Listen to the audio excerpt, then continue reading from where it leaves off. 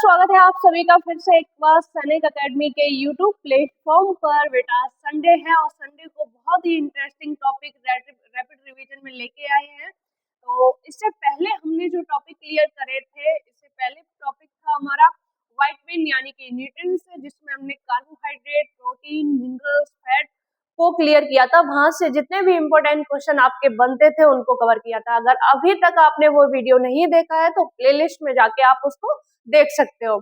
आज का टॉपिक रहने वाला है हमारा ब्लड। तो ब्लड को अच्छे से समझेंगे। एग्जाम के पॉइंट ऑफ व्यू से जितने भी क्वेश्चन आपके पूछे जाते हैं उससे टॉपिक से, वो उसको हम क्लियर करेंगे। तो आई होप कि आप सभी रेडी होंगे और अपनी तैयारी को बेहतर से बेहतर रखेंगे। तो सबसे पहले जो है हम समझेंगे कि ब्लड बेटा क्या होता है।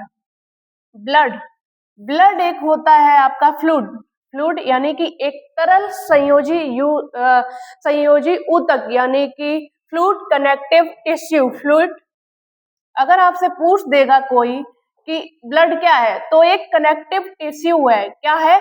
Connective tissue. टिश्यू का मतलब होता है ऊतक जो मतलब सेल से बना हो। किससे बना हो? सेल से बेटा। तो अगर आपसे पूछ दिया जाएगा कि ब्लड क्या होता है, ये क्वेश्चन आपका काफी बार जो है एग्जाम में देखने को मिला है कि ब्लड क्या है। तो ब्लड एक फ्लूइड कनेक्टिव टिश्यू है। टिश्यू बेटा क्या होते हैं? टिश्यू जो सेल से बनते हैं। अब टिश्यू कितने टाइप के होते हैं बेटा? तो मेनली 4 टाइप के होते हैं। कितने? ये चीज थोड़ा एडिशनल है, इसको देखते चलेंगे। तो पहला आपका जो टिश्यू होता है वो होता है बेटा एपिथेलियल। कौन सा होता है? एपिथेलियल। दूसरा आ जाता है आपका कनेक्टिव। क्या आ जाता है? Connective tissue. क्या आ जाता है बेटा? Connective tissue. पहला आपका एपिथेलियल टिश्यू, ठीक है। दूसरा आपका कनेक्टिव टिश्यू। तीसरा आपका आता है बेटा मस्कुलर टिश्यू। और नेक्स्ट आपका आता है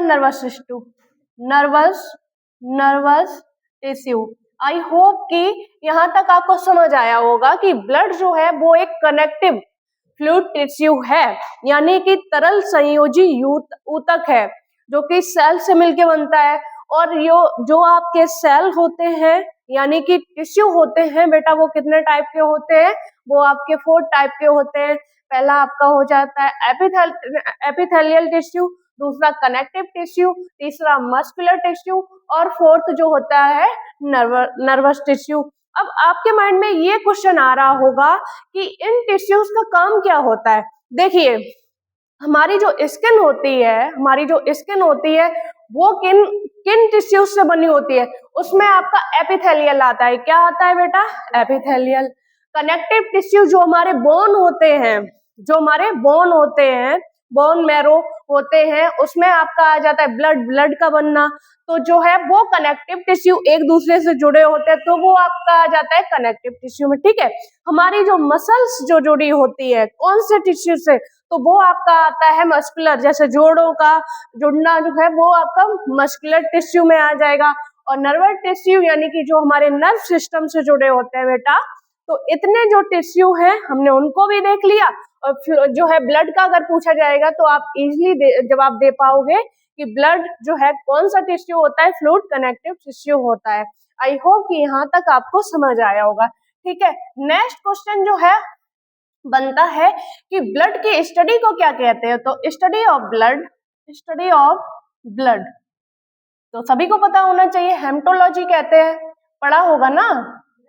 हिमेटोलॉजी कोई बोलता है हेमेटोलॉजी, ठीक है। ब्लड की स्टडी को जो है हेमेटोलॉजी कहते हैं। वहीं बेटा एक क्वेश्चन और पूछा जाता है कि फॉर्मेशन ऑफ ब्लड किसको कहते हैं? तो फॉर्मेशन ऑफ ब्लड बेटा क्या हो जाएगा? फॉर्मेशन ऑफ ब्लड जो है क्या हो जाएगा?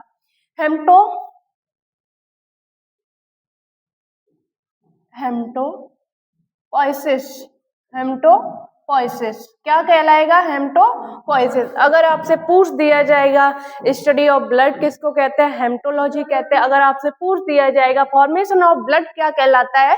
तो हेमेटोपोइसिस, ठीक है। ओके, टिश्यू आपके 4 टाइप के होते हैं।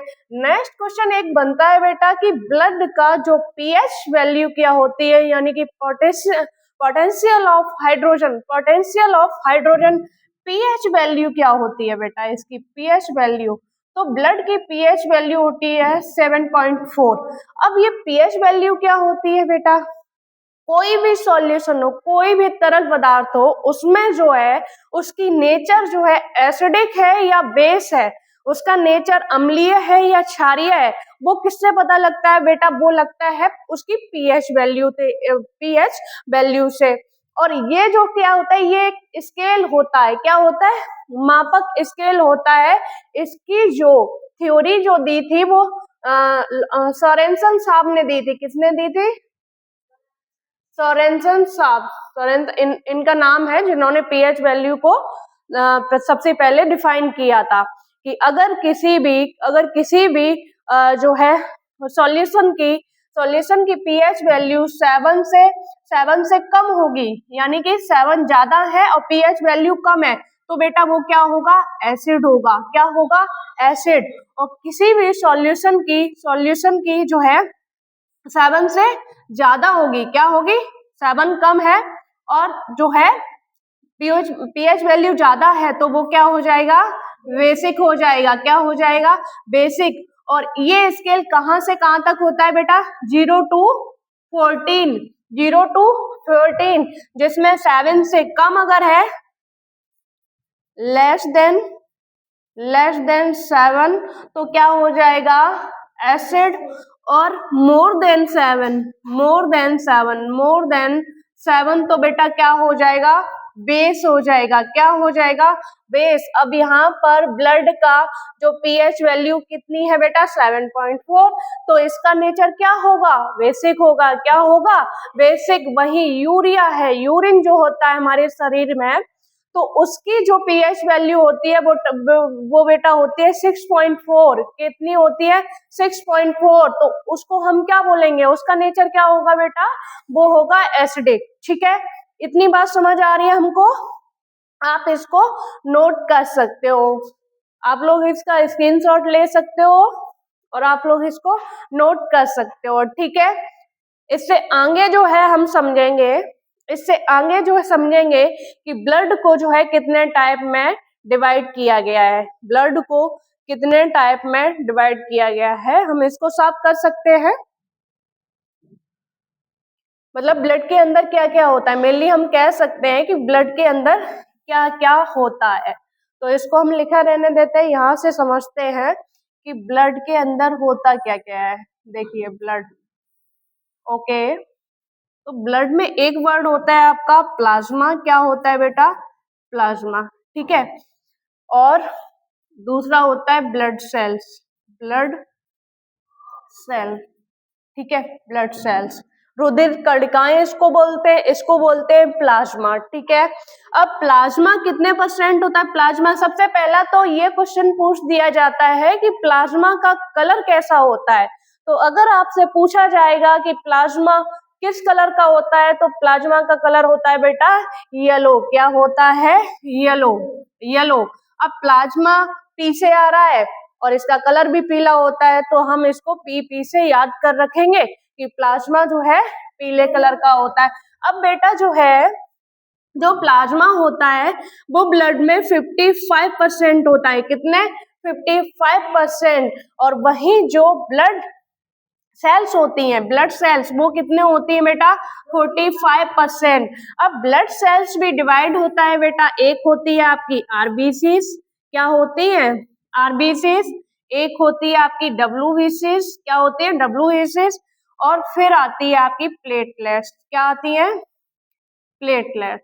ओके, यहाँ तक आई होप कि आपको समझ आया होगा कि ब्लड में क्या क्या होता है। ब्लड में आपका 55% बेटा प्लाज्मा होता है, 45% जो है ब्लड सेल्स होती हैं जिनको आरबीसीज, डब्ल्यूबीसीज और प्लेटलेट्स कहते हैं। ठीक है, आरबीसीज को रेड ब्लड सेल्स कहते हैं, डब्ल्यूबीसीज को व्हाइट ब्लड सेल्स कहते हैं और प्लेटलेट्स आपकी होती है। अब बेटा इनका काम क्या होता है, देखिए सबसे पहले हम प्लाज्मा को समझते हैं। किसको समझते हैं?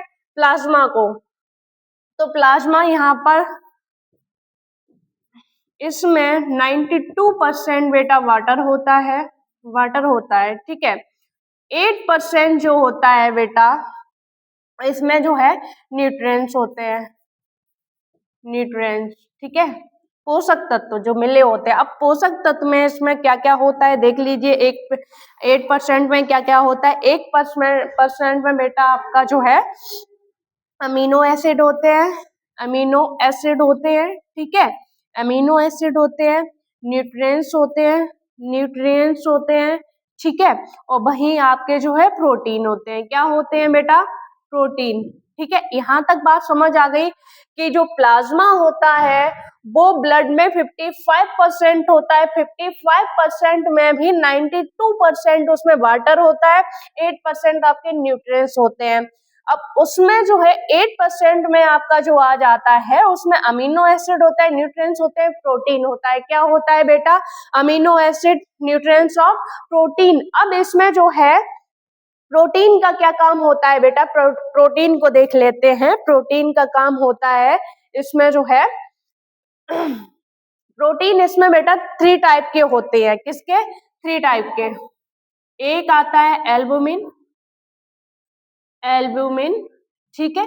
दूसरा आपका आता है फाइब्रिनोजन, फाइब्रिनोजन, ठीक है। और तीसरा आपका आता है ग्लोब्यूमिन। क्या आता है? ग्लोब्यूमिन। आई होप कि यहाँ तक आपको समझ आया होगा। ब्लड में जो है 55% प्लाज्मा होता है, प्लाज्मा का कलर येलो होता है, और 45% जो होती है वो ब्लड सेल्स होती है जिसमें आपकी आरबीसीज, डब्ल्यूबीसीज और प्लेटलेट्स होती हैं।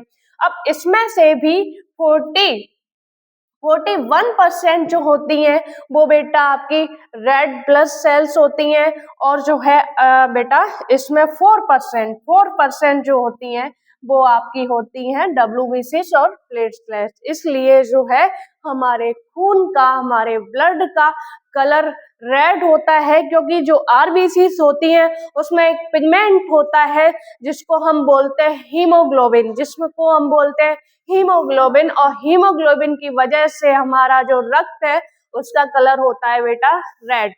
क्योंकि हीमो जो होता है वो आपका आयरन होता है और ग्लोबिन जो होता है वो आपका प्रोटीन होता है, इसीलिए जो है हमारे ब्लड का कलर होता है रेड। अब आप लोग ये समझ रहे होंगे कि जब मैम इसमें प्लाज्मा 55% है और 45% ये ब्लड है, तो फिर जो है इसमें येलो कलर क्यों नहीं आ रहा? तो बेटा प्लाज्मा में 92% वाटर है और 8% न्यूट्रिएंट्स है, उसमें भी आपका प्रोटीन जो आ जाता है, तो इस वजह से जो है जो रेड ब्लड सेल्स हैं उसमें 41% है और उसमें भी पिगमेंट मिला हुआ है, इस वजह से हमारे ब्लड का कलर कैसा होता है? रेड होता है। तो आई होप कि यहाँ तक आपको चीजें समझ आई होंगी, ठीक है। अब ये समझ लेते हैं कि जो ये प्रोटीन है ये करते क्या है ब्लड में। तो एल्बुमिन का काम होता है बेटा, एल्बुमिन का काम होता है जो है, एल्बुमिन का काम होता है ऑस्मैटिक को बैलेंस करना। किसको? ऑस्मैटिक, यानी कि हमारे ब्लड में कितना साल्ट होना चाहिए, कितनी जो है जो आपके मिनरल्स हैं वो होने चाहिए, मतलब अपनी बॉडी को, अपने ब्लड में कौन सा न्यूट्रिएंट्स कितना होना चाहिए, उसको किस तरह से बैलेंस करना है, कितना वाटर होना चाहिए, उसको किस तरह से बैलेंस करके चलना है, वो किसका काम होता है बेटा? प्रोटीन का होता है। मतलब हमारी बॉडी का जो है सिस्टम एकदम परफेक्ट है, हमारे साथ कोई खड़ा हो ना हो, लेकिन हमारी बॉडी के जो पार्ट हैं वो ऑल टाइम हमारे लिए काम करते रहते हैं कि हमें कब किसकी जरूरत है। हमें अगर हम बीमार पड़ जाते हैं तो हमारे ऑर्गन पहले से ही हमें क्या, पहले से सचेत करने लगते हैं, बताने लगते हैं कि जो है आपको पहले से आगाह करते हैं। तो एल्बुमिन का काम होता है ऑस्मैटिक को बैलेंस करना, यानी कि जो हमारे साल्ट बॉडी में कितने कौन से होने चाहिए, मिनरल्स कितनी, तो उनकी संख्या को मेंटेन करना काम होता है उसका जो है एल्बुमिन का, ऑस्मैटिक बैलेंस, ठीक है, ठीक है बेटा।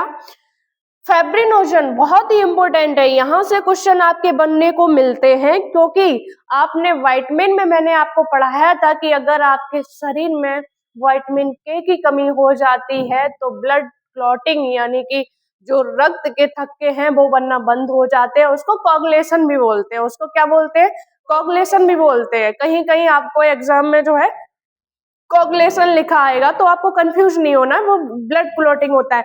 अगर आपसे पूछ दिया जाएगा कि कौन सी विटामिन की कमी के कारण जो है रक्त के थक्के बनना बंद हो जाते हैं, अब रक्त के थक्के बनना बंद हो जाते हैं, इसका मतलब क्या है? इसका मतलब है कि आपके शरीर में कहीं चोट लगती है और खून जो है बहता रहता है, आपकी जो है ब्लड क्लॉटिंग नहीं होती। आपने देखा होगा कि आपके जब शरीर में चोट लग जाती है तो कुछ टाइम तक ब्लड बहता है, फिर धीरे धीरे क्या होता है कि आपका वहां पर एक पतली सी थिक सी लेयर बन जाती है, और लेयर में उसमें रेड रेड कलर भी होता है क्योंकि उसमें हीमोग्लोबिन होता है ना, और साइड से उसके येलो येलो सा पानी भी होता है। वो क्या होता है? वो आपका ये प्रोटीन जो है फेब्रिनोजन होता है, जो प्लाज्मा में मिला होता है, ये काम करता है ब्लड में क्लॉटिंग का, जिससे कि रक्त का थक्का बन जाए और आपका जो रक्त है वो बहना बंद हो जाए। तो इसी प्रोटीन का काम होता है कि आपको चोट लग गई है तो तुरंत उसका रक्त का थक्का बनाकर आपके शरीर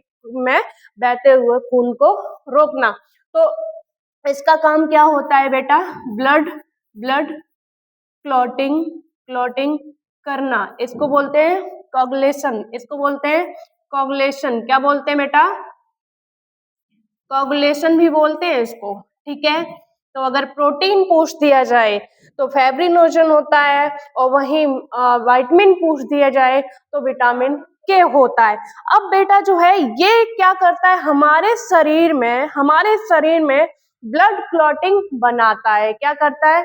ब्लड क्लॉटिंग बनाता है। सेम एक प्रोटीन और होता है जिसका नाम होता है हेपेरिन। क्या होता है बेटा? हेपेरिन। हेपरिन ये तो ब्लड क्लॉटिंग बनाता है, और हमारे शरीर के अंदर कहीं क्लॉट ना बने।